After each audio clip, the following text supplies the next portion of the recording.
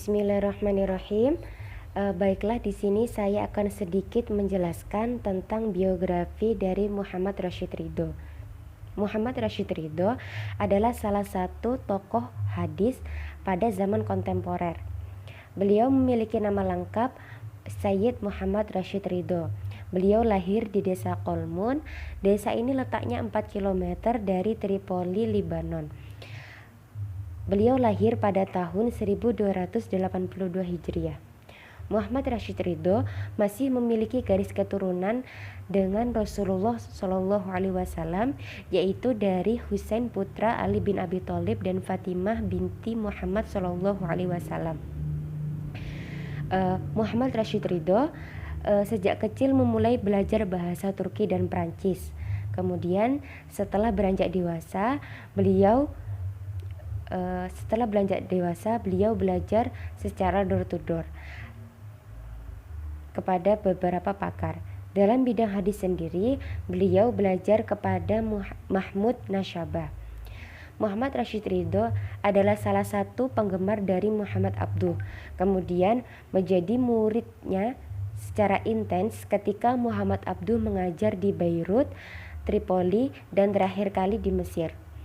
Rashid Ridho dan Muhammad Abduh mengelola koran yang berjudul Al-Manar yang memuat tentang ilmu, sosial, budaya, dan agama. Kemudian selanjutnya Muhammad Rashid Ridho dan Muhammad Abduh ini menulis tafsir Al-Manar yang diterbitkan secara berkala di koran Al-Manar. Kemudian selanjutnya saya akan menjelaskan tentang model pemahaman Rashid Ridho terhadap sebuah hadis. Dalam memahami sebuah hadis, Rashid Ridho menggunakan sistem ijtihad sama seperti gurunya, yaitu Muhammad Abduh.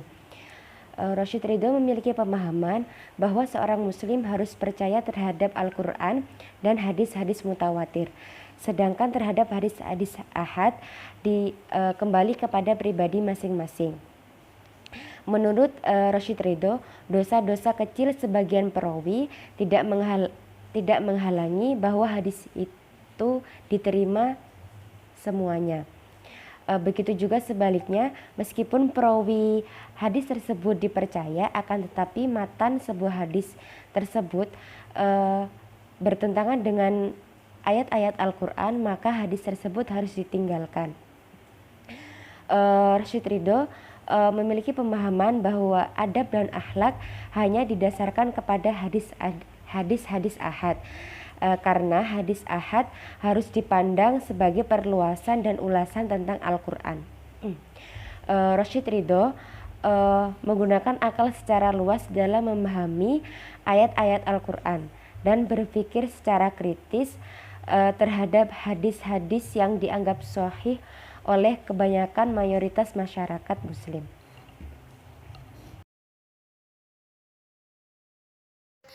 Baik, selanjutnya yaitu kaidah kritik matan Rashid Ridho. Sebagai seorang ahli hadis yang menaruh perhatian yang begitu besar terhadap hadis Nabi Muhammad, Rashid Ridho sangatlah teliti dalam menilai kesahihan hadis. Meskipun terhadap hadis-hadis yang sudah sangat populer, yang diriwayatkan oleh sanad-sanad yang sudah sahih dan kualitasnya sudah tidak diragukan lagi. Menurutnya, dosa kecil sebagian perawi lain yang dapat dipercaya tidak menghalangi diterimanya semua hadis mereka.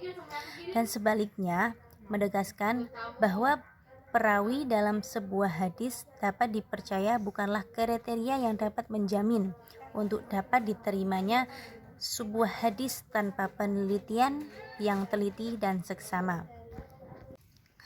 Menurutnya, penelitian terhadap suatu hadis harus dilakukan dengan seksama dan komprehensif, meliputi kualitas setiap perawi, bahkan terhadap sahabat yang menurut kaidah para ahli sunnah bahwa semua sahabat adalah adil. Akan tetapi menurut Rashid Ridho, kaidah ini adalah kaidah yang aghlabiyah dan bukan mutaridah, yang artinya sebagai besar sahabat memang mencapai derajat adil, akan tetapi tidak semuanya. Sebab di masa Nabi terdapat orang-orang munafik, sebagaimana terdapat dalam Quran surat At-Taubah ayat 101. Dalam pandangannya, terbuktinya kesahihan suatu sanad tidak menjamin kebenaran berita dalam suatu hadis. Karenanya, dalam meneliti sebuah hadis, Rashid Ridho selalu meneliti matanya dengan seksama dengan membandingkannya dengan riwayat lain, Al-Quran, teks sejarah, logika, dan konteks munculnya hadis tersebut. Sebaliknya, jikapun suatu hadis terbukti kualitasnya dhaif dan tidak dapat digunakan sebagai hujjah, Rashid Ridho tidak lantas menolak hadis tersebut, tetapi menerima isi dan pesan dalam hadis jika tidak bertentangan dan bahkan sesuai dengan sunnah Allah dan ajaran Al-Quran. Cukup sekian dari saya. Wassalamualaikum warahmatullahi wabarakatuh. Di antara hadis-hadis yang diteliti oleh Rashid Ridho adalah salah satunya yaitu hadis tentang Imam Mahdi. Banyak umat Islam yang meyakini tentang kedatangan Imam Mahdi sebagai penyelamat di hari akhir. Banyak pula hadis-hadis yang diriwayatkan tentang dirinya, bahkan tentang siapa sosok sebenarnya Imam Mahdi tersebut, khususnya di kalangan kaum Syiah dan juga pendukung Bani Abbas.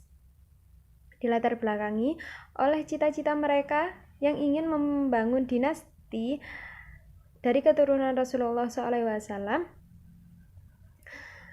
sehingga mereka membuat hadis yang disandarkan kepada Nabi Muhammad SAW.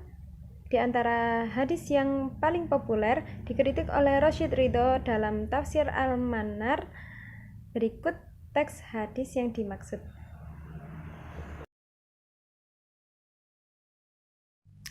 Hadis tersebut merupakan salah satu hadis yang menjelaskan tentang Imam Mahdi yang dipercaya sahih oleh banyak kalangan. Namun, Rashid Ridho mengkritik sanad dari hadis tersebut dan berpendapat bahwa salah satu rijalul hadis tersebut adalah Abdur Razak bin Hammam Asy-Sya'ani yang dikenal dan juga sangat terkenal. Beliau adalah seorang Syiah yang sangat fanatik.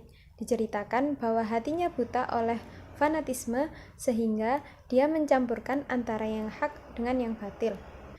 Abdur Razak meriwayatkannya dengan lafadz an, dan beliau tidak menyatakan bahwa dari keduanya Abdur Razak tidak mendengar secara langsung redaksi hadis tersebut.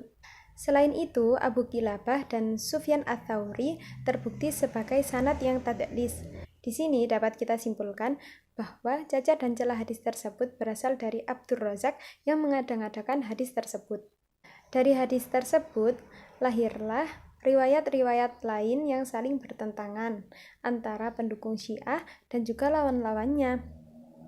Adapun pendukung Syiah berpendapat bahwa bendera hitam yang diceritakan dalam riwayat hadis tersebut merupakan bukan dari bendera Bani Abbas, sedangkan lawannya berpendapat sebaliknya, bahkan berkata bahwa bendera dari Imam Mahdi adalah bendera yang berwarna kuning. Bahkan kedatangannya pun bukan dari arah timur, melainkan dari arah barat. Pertentangan ini jika diruntut akan terlihat seperti untaian benang yang tiada habisnya, karena masing-masing golongan condong dan meriwayatkan banyak cerita bohong untuk mengunggulkan golongannya masing-masing, bahwa Imam Al-Mahdi berasal dari golongan mereka. Pada awalnya, hadis-hadis tentang Imam Mahdi muncul dalam konteks menjelaskan tanda-tanda kedatangan hari kiamat. Namun selanjutnya muncul hadis-hadis buatan yang menjelaskan tentang Imam Mahdi secara khusus, bahkan keluar dari konteks awal. Kejanggalan ini menunjukkan bahwa hadis-hadis tersebut merupakan hembusan dari hawa nafsu dan ambisi orang-orang yang memiliki kepentingan tersendiri.